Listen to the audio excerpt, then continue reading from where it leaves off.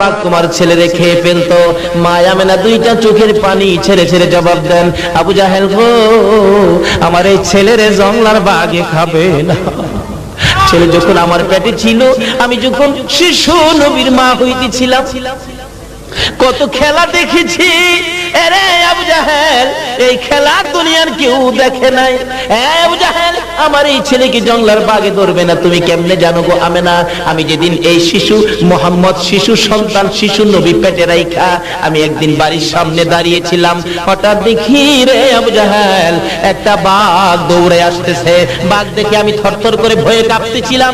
বাঘ আমার সামনে আইসা মানুষের মতো কথা বলে ডাক দেয়, আমেনা গো, ভয় পাও না, আমি তোমাকে খাইতে আসি নাই, আমি তোমাকে একটা খবর দিতে আসছি।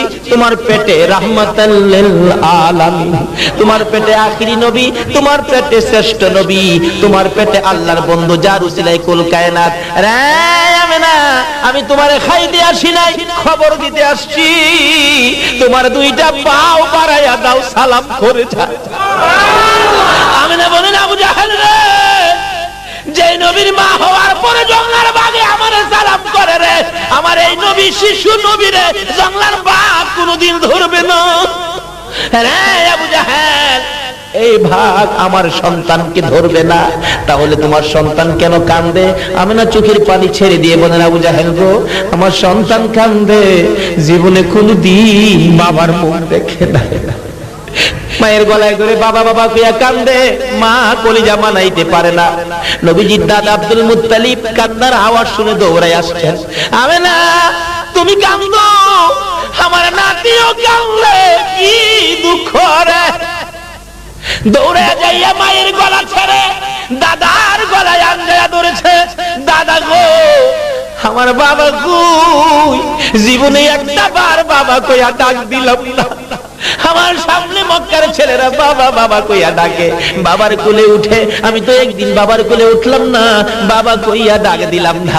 দাদা গো, আমার বাবা কই? আমার বাবার কাছে লইয়া যাই ভাবি।